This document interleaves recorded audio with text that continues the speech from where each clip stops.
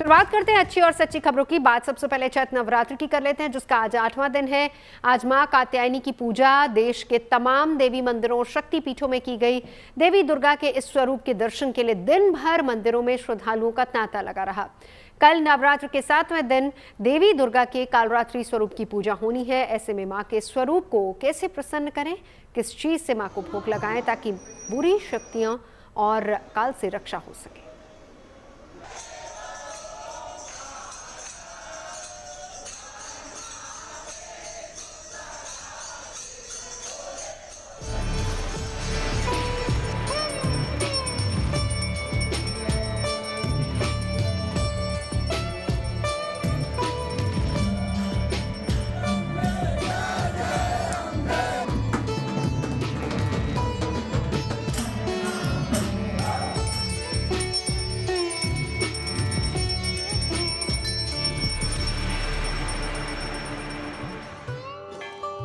चैत्र नवरात्रि के मौके पर हर तरफ हो रही मां की जय जयकार। कहीं गूंज रहे शंख और घंटे, कहीं हो रही मां की आरती और कहीं गूंज रहे देवी दुर्गा के भजन। आस्था और भक्ति का ये माहौल इन दिनों पूरे देश में नजर आ रहा है, जिसकी कुछ तस्वीरें देश की राजधानी दिल्ली के अलग अलग मंदिरों से सामने आई। पहली तस्वीर छतरपुर मंदिर की है, जहां सुबह सवेरे सबसे पहले मां का विशेष श्रृंगार हुआ, मां को भोग लगा और फिर हुई मां की आरती। दूसरी तस्वीर झंडेवालान मंदिर की है। मां कात्यायनी की पूजा पूरे विधि विधान के साथ की गई, जबकि तीसरी तस्वीर प्राचीन गौरी शंकर मंदिर की है, जहां मां कात्यायनी का बड़ा ही मनोहारी श्रृंगार देखने को मिला। इस मंदिर में शिव और शक्ति दोनों की आरती हुई। शंकर मंदिर में हम मौजूद हैं और आप देखिए कि किस तरीके से कीर्तन यहाँ पर चल रहा है। भगवान शिव की आरती चल रही है और बहुत ही खास है मंदिर है, प्राचीन मंदिर माना जाता है, पांडव कालीन ये मंदिर माना जाता है। और आपको ये भी बता दें कि यहाँ पर भगवान शिव की बहुत ही प्राचीन और सिद्ध शिवलिंग है, माँ गौरी के साथ वो यहाँ पर विराजमान है। नवरात्रों में यहाँ बड़ी संख्या में लोग पहुँचते हैं माँ के दर्शन के लिए। माँ कात्यायनी के रूप की आज पूजा की जा रही है। माँ कात्यायनी वो जिन्होंने महर्षि कात्यायन की पुत्री के रूप में जो है वो जन्म लिया था। और झंडेवालन मंदिर की इस वक्त मैं आपको तस्वीरें दिखा रही हूँ कि किस तरीके से मंदिर में भक्तों का उत्साह जो है वो देखते ही बन रहा है। सुबह से ही माँ कात्यायनी के दर्शन के लिए लंबी लंबी कतारें इसी तरीके से लगी हुई है और श्रद्धालु भजन कीर्तन के साथ माँ की आराधना कर रहे हैं। और मंदिर परिसर में एकदम आध्यात्मिक ऊर्जा का जो है वो संचार हो रहा है। आप देख सकते हैं कि किस तरीके से माँ की भवन की मैं आपको तस्वीरें दिखा रही हूँ। माँ का श्रृंगार किया गया है, लाल फूल, मेहंदी और हरी चूड़ियाँ माँ को जो है वो आज चढ़ाई जा रही है। दिल्ली ही नहीं, देश के दूसरे शहरों के प्राचीन देवी मंदिरों में भी देवी दुर्गा के इस स्वरूप के दर्शन के लिए भक्त दौड़े चले आए। मैहर के त्रिकुट पर्वत पर विराजमान मां शारदा का ये दरबार बहुत खास है, जहां नवरात्रि के मौके पर रौनक देखते ही बनती है। तड़के 4 बजे मंदिर के कपाट खुलने के बाद से ही मां की एक झलक पाने के लिए भक्तों की अच्छी खासी भीड़ नजर आई। उधर बिहार के आरा जिले में मौजूद मां आरण्य देवी का ये मंदिर भी नवरात्रि के मौके पर भक्तों से गुलजार है। आरण्य देवी के इस मंदिर का इतिहास भी काफी पुराना बताया जाता है। कहा जाता है कि महाभारत काल में धर्मराज युधिष्ठिर ने मां आरण्य देवी की प्रतिमा यहाँ स्थापित की थी। इस देवी धाम को लेकर मान्यता है कि यहाँ से कोई भक्त खाली हाथ नहीं लौटता। यही वजह है कि नवरात्रि के इस खास मौके पर कोई रोजी रोजगार में तरक्की की कामना लिए आया है, कोई संतान प्राप्ति की मनोकामना लिए पहुंचा है, तो कोई घर में सुख समृद्धि और खुशहाली की मुराद मांगने पहुंचा है।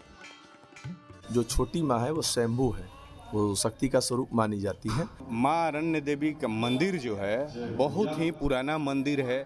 हमारे इस भोजपुर के अधिष्ठात्री देवी माँ आरण्य देवी हैं, जिनके नाम से ही आरा नाम पड़ा है और आरा पूरी विश्व में विख्यात हो गया है।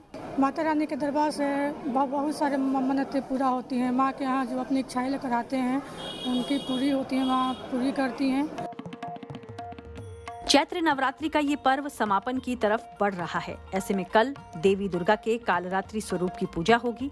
माँ का ये स्वरूप अत्यंत उग्र है और 3 नेत्रधारी है। इनके हाथों में खड्ग और कांटा है और इनका वाहन गधा है।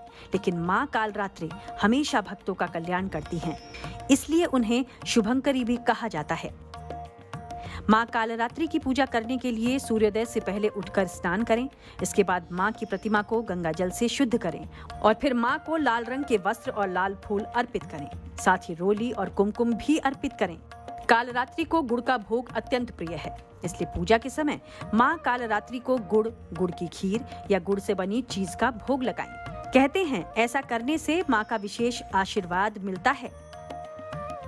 कालरात्रि को जो सबसे प्रिय भोग है वो खीर है और इनको गुड़हल के पुष्प बहुत प्रिय हैं और मां भगवती की पूजा आराधना करने के साथ साथ इनका खीर का भोग लगाएं और गुड़हल के फूल चढ़ाएं और मां की चौकी लगाएं, उनका ध्यान करें, उनका आह्वान करें और दुर्गा सप्तशती का पाठ करें, सिद्धि कुंजिका स्तोत्र का पाठ करें, बीज मंत्र का पाठ करें और भाव और श्रद्धा से आप मां को आह्वान करें और उनका विधि विधान से पूजा पाठ करें। माता रानी निश्चय ही आपकी सारी मनोकामनाएं पूरी करेगी। क्या कुछ विशेष बातों का ध्यान रखा जाए कि माँ की जब उपासना करें तो कोई भूल चूक ना हो?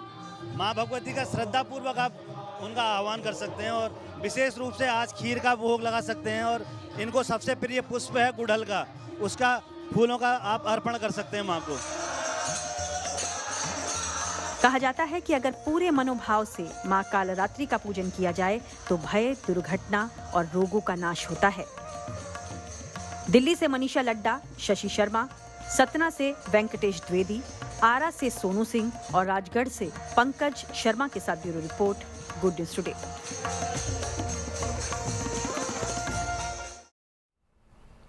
चलिए अब आपको लिए चलते हैं प्रभु श्री राम की नगरी अयोध्या, जहां पर रामनवमी से जुड़ी तैयारियां अपने अंतिम दौर में है और इस साल अनुमान है कि रामनवमी के दिन 6 तारीख को करीब 20 लाख लोग अयोध्या पहुंच सकते हैं, जिनके सुलभ और सुरक्षित दर्शन के लिए राम मंदिर ट्रस्ट और अयोध्या प्रशासन की तरफ से कई तैयारियां की गई हैं। रामलला के मंदिर में विराजने के बाद ये दूसरी रामनवमी उत्सव है।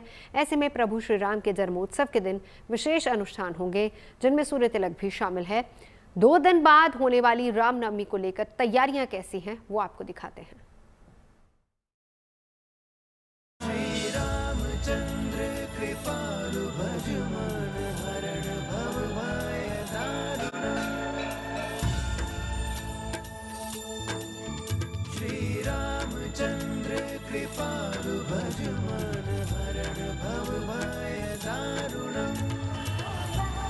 आया रामनवमी का त्योहार तो दुल्हन की तरह सज उठी अयोध्या नगरी। कहीं सुंदर फूलों से सजावट की गई है और कहीं रंग बिरंगी लाइटों से चौक चौराहे रोशन हो रहे हैं। ये भव्य तैयारी प्रभु श्री राम के जन्मोत्सव को लेकर है, जो 6 तारीख को है। ऐसे में अब ज्यादा दिन बचे नहीं हैं, इसलिए रामनवमी से जुड़ी तैयारियां अपने अंतिम दौर में हैं, जिसके तहत न सिर्फ राम मंदिर और अयोध्या नगरी को सजाया गया है, बल्कि रामनवमी पर अयोध्या आने वाले श्रद्धालुओं के लिए भी विशेष तैयारी की गई है। ये राम जन्मभूमि का मुख्य द्वार है। आप लगातार देखेंगे हमारे पीछे भक्तों की भीड़ उमड़ना शुरू कर चुकी है। लोग यहीं से मुख्य द्वार से यहीं से प्रवेश करते हैं। ऊपर रामलला की मनमोहक तस्वीर भी बनाई गई है, आपको बीच में बकायदे आपको दिखाएंगे और साइड में हनुमान जी भी है। यहाँ पे हमारे पीछे ये जो देख रहे हैं ये अंगद टिला है, अंगद टिला का द्वार है और यहाँ से लोग दर्शन करके बाहर निकल रहे हैं, रामलला से मिल के बाहर निकल रहे हैं। ये अंगद टिला इसको कहते हैं और इसको भी भव्य दिव्य सजा दिया गया है। यहाँ पे लगातार कथा वाचन भी हो रही है, राम कथा चल रही है, लोग वहाँ पे भी जा रहे हैं। अयोध्या में होने वाले इस भव्य राम जन्मोत्सव को देखने के लिए अभी से श्रद्धालुओं के अयोध्या पहुंचने का सिलसिला शुरू हो चुका है, जिन्हें गर्मी से बचाने के लिए टेंट, मैट और पीने के पानी की व्यवस्था की गई है। साथ ही श्रद्धालुओं की मदद के लिए हेल्प डेस्क बनाई गई है। वहीं रामनवमी पर उमड़ने वाली भीड़ को संभालने के लिए होल्डिंग एरिया भी बनाए गए हैं। रामनवमी से जुड़ी इन तैयारियों से लोग भी संतुष्ट नजर आ रहे हैं। कैसा लग रहा है अयोध्या? अरे बहुत अच्छा है, बहुत। हम लोग राम जी के ससुराल में आए हैं। हाँ, तो राम से मिला, हम लोग को खुशी लगी, तो खुशी लगा, सब लोग को अच्छा लगा और दर्शन मिला हम लोग को। अयोध्या में क्या अच्छा लगा? बहुत अच्छा लगा है, देखना है तो बहुत अच्छा देखा है। कहाँ से आए आप लोग? हम लोग बैंगलोर से। कैसा लग रहा है अयोध्या? हाँ, बहुत अच्छा लग रहा है। क्या कुछ नया दिखा है यहाँ पे? हाँ, वो पानी वाली मशीन सबके ऊपर डाल रहे हैं, पानी अच्छा लग रहा है, गर्मियों में ठंडा दे रहा है। रामनवमी हिंदू धर्म के प्रमुख त्योहारों में से एक है। माना जाता है कि प्रभु श्री राम का जन्म चैत्र माह के शुक्ल पक्ष की नवमी तिथि को हुआ था, इसलिए हर साल इस तिथि पर श्री राम जन्मोत्सव मनाया जाता है। खास बात यह है कि राम मंदिर में विराजमान रामलला की ये दूसरी रामनवमी होगी, लिहाजा उनके जन्मोत्सव के मौके पर राम मंदिर में विशेष अनुष्ठान होंगे। जानकारी के मुताबिक 6 तारीख को सुबह शुरू होने वाले अनुष्ठानों में रामलला को पंचामृत यानी दूध, दही, घी, शहद और सरयू के जल से स्नान करवाया जाएगा। इसके बाद वस्त्र और मुकुट पहनाया जाएगा और फिर दोपहर 12 बजे से 4 मिनट तक रामलला की ललाट पर सूर्य तिलक होगा, जिसका लाइव प्रसारण किया जाएगा ताकि देश दुनिया में मौजूद राम भक्त अपने आराध्य के इस अलौकिक स्वरूप के दर्शन कर पाएं। इतनी अधिक गर्मी में अनेक प्रकार की समस्याएं मनुष्यों को पैदा होंगी। उन समस्याओं से बचने का रास्ता क्या है? मेरा निवेदन है, मेरा सुझाव है, अपने साथ कंधे पर एक बैग, एक छोटा झोला, उसमें कोई एक ऐसा कपड़ा जरूर रखें जिससे धूप से बचाव के लिए सर की रक्षा कर सके। टोपी, टोपा, अगोछा, तौलिया, पगड़ी जरूर आपके सर पर चाहिए। आपकी गर्दन अगर ढकी रहेगी तो लू नहीं लगेगी, गर्मियों से आप बचेंगे, हीट स्ट्रोक से आप बचेंगे। नंबर 2, अपने बैग में पानी की बोतल अवश्य रखिए। जहां पानी दिखाई दे बोतल भर लो। पानी की जब शरीर में कमी दिखाई दे थोड़ा पी लो। ऐसा मैं सब लोगों से बारंबार निवेदन करता हूं। ये मेरे सुझाव हैं। आपके ही शरीर की, जीवन की रक्षा होगी। आप प्रसन्न मन से अयोध्या पधारे, अयोध्या धाम, तो जितनी प्रसन्नता से आप अयोध्या आते हैं उतनी ही प्रसन्नता से वापस अपने घर में लौट कर जाए, यही हमारी कामना है। अयोध्या में रामनवमी का ये आयोजन सफलतापूर्वक संपन्न हो सके, इसके लिए अयोध्या में सुरक्षा कड़ी कर दी गई है।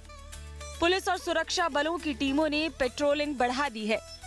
ट्रैफिक को भी नियंत्रित किया जा रहा है और सीसीटीवी कैमरों से निगरानी की जा रही है ताकि रामनवमी के इस जश्न में खलल न पड़े और राम भक्तों को सुलभ और सुरक्षित दर्शन का लाभ मिले। अयोध्या से मयंक शुक्ला के साथ bureau report, good news today.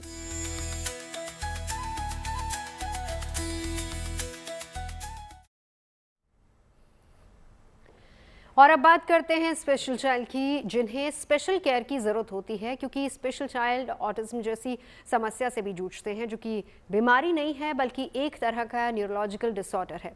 इससे पीड़ित बच्चों की शारीरिक गति, चलने फिरने और पढ़ने लिखने की क्षमता भी प्रभावित होती है।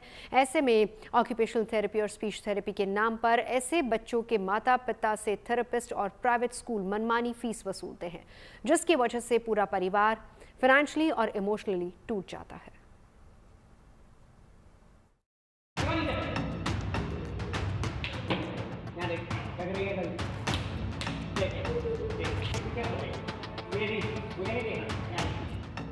पाँच दिन पहले नोएडा के एक स्कूल में स्पेशल चाइल्ड के साथ हुई मारपीट की घटना ने न सिर्फ इंसानियत शर्मसार की, बल्कि इस घटना ने स्पेशल चाइल्ड के पेरेंट्स को भी झकझोर कर रख दिया। इस स्कूल का मकसद ही न्यूरो डेवलपमेंट समस्या से जूझ रहे बच्चों की मदद करना है, जिन्हें बातचीत, किसी चीज को समझने और सीखने या लिखने में तकलीफ होती है।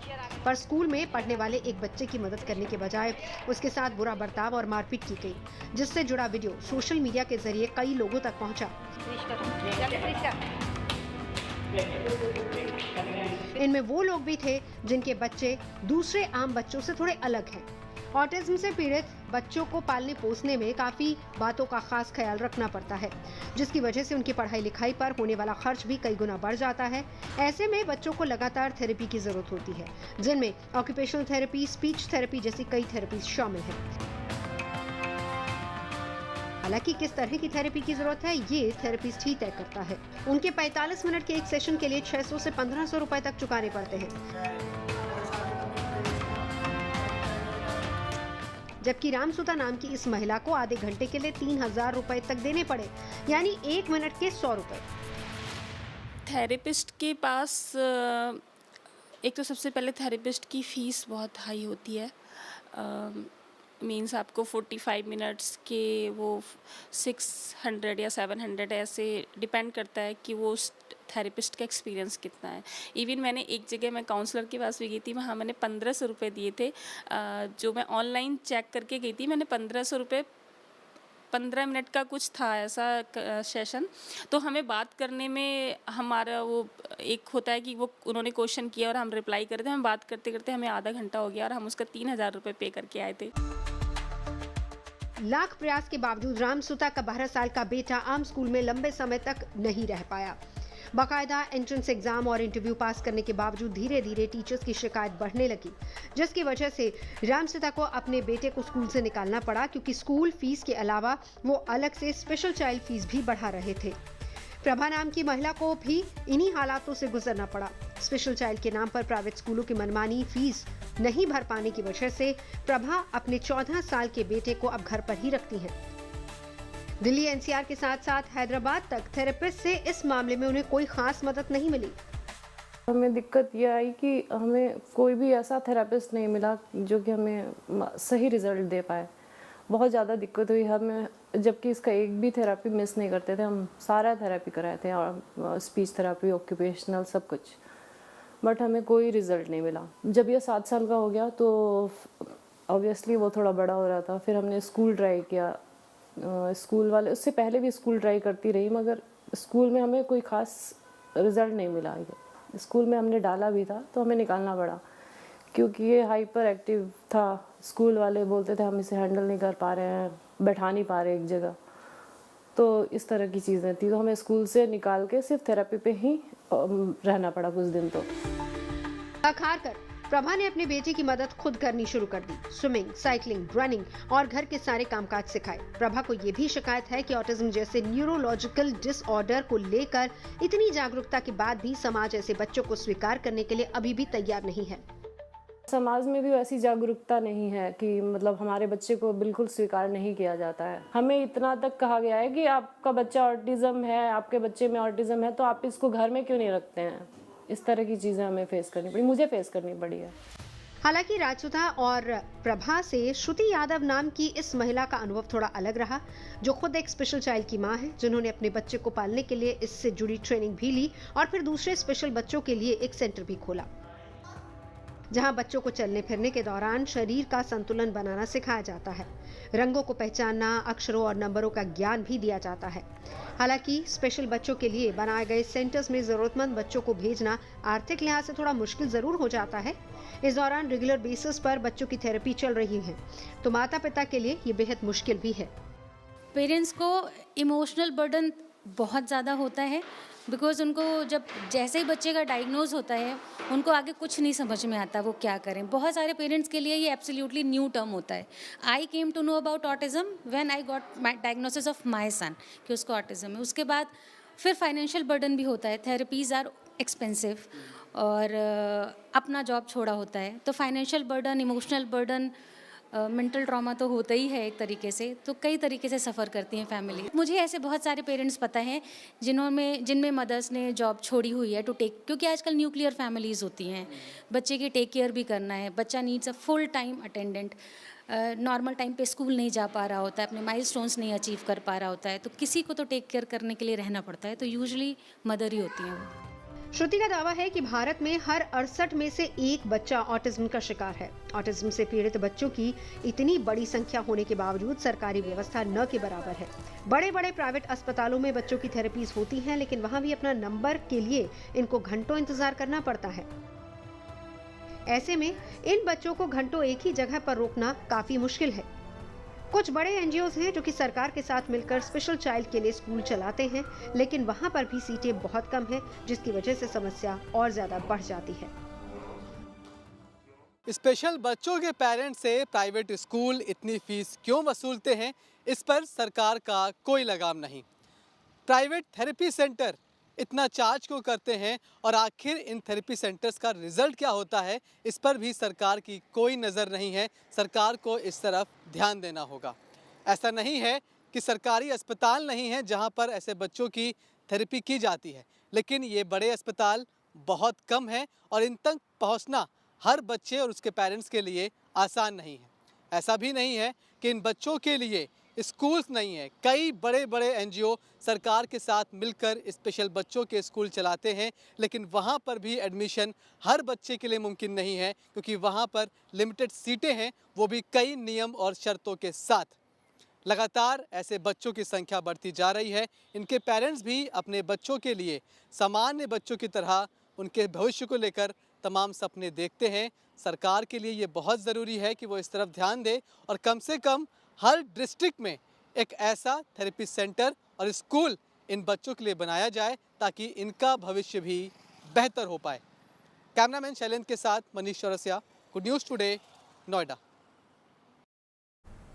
और अब बात चारधाम यात्रा की करते हैं। 30 अप्रैल से शुरू होने वाली इस पवित्र यात्रा की तैयारियां शुरू हो गई हैं। चमोली में बद्रीनाथ धाम मार्ग पर श्रद्धालुओं के लिए व्यापक इंतजाम किए जा रहे हैं, तो वहीं केदारनाथ, गंगोत्री और यमुनोत्री में भी तय समय से पहले चारधाम मार्ग को दुरुस्त करने का लक्ष्य रखा गया है। इस रिपोर्ट में देखिए।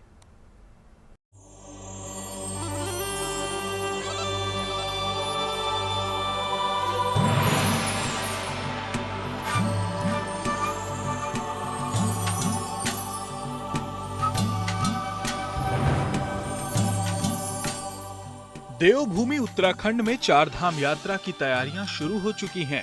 30 अप्रैल से शुरू हो रही इस पावन पवित्र यात्रा को लेकर शासन और प्रशासन की तरफ से तमाम इंतजाम किए जा रहे हैं। शीतकाल के बाद एक बार फिर से अब चारों धाम के कपाट भक्तों के लिए खुलने जा रहे हैं। चूंकि इस पवित्र यात्रा में शामिल होने के लिए देश के कोने कोने से लाखों श्रद्धालु देवभूमि पहुंचते हैं, ऐसे में यहाँ श्रद्धालुओं के इस सफर को सुगम बनाने के लिए जोरों पर तैयारियां चल रही हैं। चमोली जिले में पड़ने वाले बद्रीनाथ धाम मार्ग को दुरुस्त किया जा रहा है। जिले के डीएम संदीप तिवारी चारधाम यात्रा मार्गों का लगातार निरीक्षण कर रहे हैं। जिला प्रशासन और पुलिस की टीम ने संयुक्त रेकी की है बद्रीनाथ धाम की, तो जो भी नुकसान बर्फबारी से हुआ था इस सीजन में उसका आंकलन किया है। पीडब्ल्यूडी, जल संस्थान, पर्यटन विभाग, जितने भी विभाग यहाँ काम करते हैं सबके कॉन्ट्रैक्टर्स और लेबर मोबिलाइज हो गए हैं। काम स्टार्ट हो गया है और क्योंकि अब 1 महीने से भी कम का समय हमारे पास है, तो हमारा प्रयास है कि इसको तीव्र गति से कार्य को पूर्ण किया जाए, ताकि श्रद्धालुओं को एक सुगम सुचारू यात्रा का अनुभव हो सके। वैसे तो हर बार चारधाम यात्रा में श्रद्धालुओं के लिए व्यापक इंतजाम किए जाते हैं, लेकिन इस बार श्रद्धालुओं के स्वास्थ्य के साथ साथ तमाम मूलभूत सुविधाओं पर खास ध्यान दिया जा रहा है। मसलन चारधाम यात्रा मार्ग पर बिजली, पानी और कम्युनिकेशन की व्यवस्थाओं को दुरुस्त किया जा रहा है। बर्फबारी की वजह से क्षतिग्रस्त हुई दर्शन लाइन पर काम चल रहा है और सुरक्षा के लिहाज से 26 MLD सीवर टैंक पर सुरक्षा दीवार बनाई जा रही है। पुरोहितों के लिए आवास और श्रद्धालुओं के लिए अस्थायी अस्पताल बनाए जा रहे हैं। दर्शन लाइन पर बुजुर्ग तीर्थ यात्रियों के बैठने की भी व्यवस्था की जा रही है और धाम में क्राउड मैनेजमेंट और टोकन सिस्टम के लिए काउंटर लगाए जा रहे हैं। ये तमाम इंतजाम सिर्फ बद्रीनाथ धाम में किए जा रहे हैं, जबकि केदारनाथ, यमुनोत्री और गंगोत्री में भी यात्रा को सुगम और सुरक्षित बनाने के लिए विशेष तैयारियां चल रही हैं, क्योंकि इस पवित्र यात्रा में अब 1 महीने से भी कम समय बचा है, जिसके लिए 20 मार्च से रजिस्ट्रेशन भी शुरू हो चुका है। 30 अप्रैल को अक्षय तृतीया के शुभ अवसर पर यमुनोत्री धाम के कपाट खुलेंगे इसके साथ ही इसी दिन यमुनोत्री धाम में भी यात्रा शुरू हो जाएगी, जबकि 2 मई को केदारनाथ धाम के कपाट खोले जाएंगे और आखिर में 4 मई को बद्रीनाथ धाम में भक्त दर्शन पूजन कर सकेंगे। जाहिर है पुराणों में भी 4 धाम यात्रा का बड़ा महत्व बताया गया है और कहा जाता है कि चारों धामों की यात्रा करने से श्रद्धालुओं को मोक्ष की प्राप्ति होती है। चमोली से कमल नयन सिलोड़ी के साथ bureau report, good news today.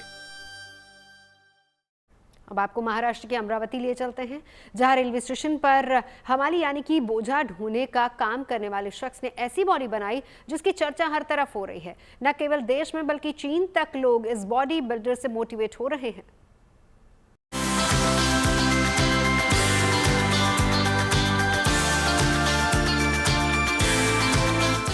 जब मेहनत आदत बन जाए और जुनून जिद में बदल जाए तो पंखों से नहीं हौसलों से उड़ान होती है। इस बात को सच की शक्ल दे रहे हैं महाराष्ट्र के अमरावती के रोशन भजनकर, जो रेलवे स्टेशन पर बोझा ढोने का काम करते हैं, लेकिन देसी टाइट की मदद से ऐसी बॉडी बनाई है जो लोगों के लिए प्रेरणा का सबब है। 2017 से बॉडी बिल्डिंग करता हूँ, तो मेरे क्षेत्र में जो बडनेरा है तो वहाँ से मैं बडनेरा श्री 2017 से तो अभी तक बडनेरा श्री मैं ही हूँ। उसके बाद मैं विदर्भ लेवल के जो भी मेडल जो रहते हैं मेरे घर पे 25-30 मेडल अपने घर पे है, वैसे ट्रॉफी और मेडल ऐसी मेरी दिन भर चर्चा चलती है और सोशल मीडिया पे भी एक्टिव हो, तो जिससे मेरे वजह से लोग मोटिवेट हो रहे। और यही नहीं तो अपनी देश के नहीं तो बाहर देश में भी मोटिवेट हो रहे, जैसे कि चीन में अभी मेरे वीडियो भी चल रहे वहाँ पे। अमरावती जिले के वरुणा गांव के रहने वाले रोशन दिन भर हमाली करते हैं। इसके बाद वो अपने सपने के लिए जिम में पसीना बहाते हैं। रोशन के ऊपर पूरे परिवार की जिम्मेदारियां भी हैं, इसीलिए उन्होंने काम और सपनों के बीच संतुलन को भी बनाए रखा है। बॉडी को अपना 10,000 रुपये महीने के लगती है, तो 20,000 में नहीं चलता है, तो मैं ओवर टाइम करता हूँ, जिससे मेरा एक्स्ट्रा काम करता हूँ, लोगों का भी काम करता हूँ। तो मैं ऐसा काम करके मेरा फिर अपने को 10,000 अपना भी खर्चे निकलना है, घर को भी चलाना है, अपने बीवी बच्चे घर वालों को सबको पाल के फिर जो इनकम बचेंगी मेरी वाली रहेंगी और मेरे बच्चों की रहेंगी। रोशन बीते कई साल से बॉडी बिल्डिंग प्रतियोगिताओं में भी हिस्सा लेते रहे हैं। न केवल हिस्सा लेना बल्कि उन्होंने कई पुरस्कार भी अपने नाम किए हैं। बॉडी बिल्डिंग की दुनिया में जहां लोग लाखों रुपए खर्च करते हैं, फिर बहानों की आड़ में छिपकर अपने लक्ष्य को भूल जाते हैं, ऐसे लोगों के लिए रोशन का जीवन एक सीख है, जो सिखाता है कि अगर मन में सच्ची लगन हो तो कोई भी मुश्किल रास्ता आसान बन सकता है। अमरावती से Dhananjay Sable, good news today. खबरें सच्ची होनी चाहिए, अच्छी खुद ब खुद लगती हैं। Navjot Randhawa signing off. आप सुनते रहिए गुड न्यूज, देखते रहिए गुड न्यूज टुडे।